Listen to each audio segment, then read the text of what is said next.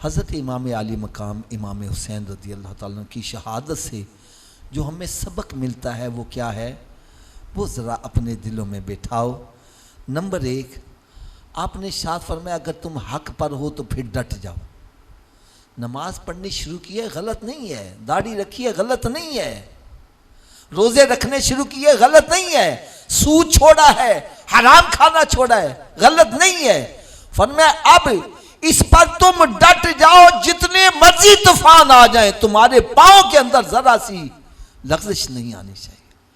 اس کو قرآن کہتا ہے ان الذین قالوا ربنا اللہ ثم استقاموا تتنزل علیہم الملائکہ۔ فرمایا جو کہتا ہے اللہ میرا رب ہے پھر اس پر ثابت قدم ہو جائے، فرمایا اس پر فرشتے اتر رہے دنیا میں ہی اس کو جنتی کی بشارت دے دے۔ دوسرے نمبر پر آپ نے ارشاد فرمایا حالات کیسے بھی ہو جائیں صبر کا دامن ہاتھ سے نہیں چھوڑنا، بے صبرا نہیں آنا۔ آج ہمیں تھوڑی سی تکلیف آ جائے ہم واہ ویلا شروع کر دیں، آئے ربا میں ہی رہ گیا سا، میرا ککھ نہیں چھڑیا، تو معاذ اللہ کفریہ کلمات تک یا اللہ سارتے ظلم کر دیتا ہے۔ رب کو ظالم کرنا یہ کفر ہے۔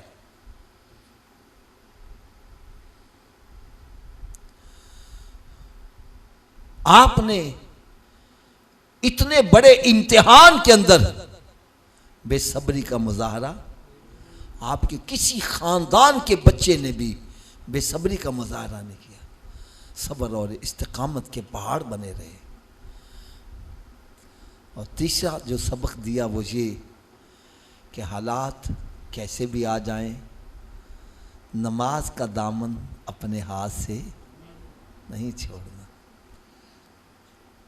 حضرت صاحب ایک بندے سے میں نے کہا یار تم نماز پڑھا کرو جماعت سے، وہ کہنا ہے حافظ جی ساڑی محلے چ دشمن داری ہے، میں ڈر لگتا ہے اس واسطے میں نہیں جانتا۔ میں نے کہا اچھا۔ ایک بندے سے کہا بھائی تم نماز پڑھنے جایا کرو، وہ کہتا ہے جی کار پوکھ ہوئے تے کیویں نماز پڑھی جاندی ہے، کار بچے بیمار نے میں کیویں نماز پڑھا، بچیاں واسطے کھان واسطے کچھ نہیں کیا میں نماز پڑھا۔ میں نے کہا قیامت کے روز اگر امام حسین کی مثال سامنے پیش کر دی گئی پھر کہاں منہ لے کے جاؤ گے؟ ارے یہاں بھوک بھی ہے، پیاس بھی ہے، بیماری بھی ہے، خوف بھی ہے، لیکن اس کے باوجود خیمے میں سے اذان کی آوازیں بلند ہو رہی ہیں، نمازیں ادا ہو رہی ہیں، قضا نہیں ہو رہی۔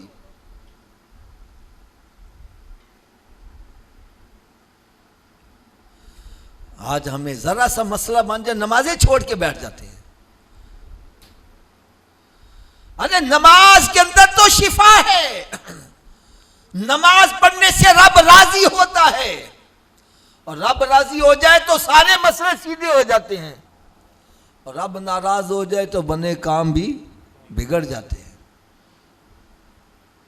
یہ ایک سجدہ جسے تو گراں سمجھتا ہے، ہزار سجدوں سے دیتا ہے آدمی کو نجات۔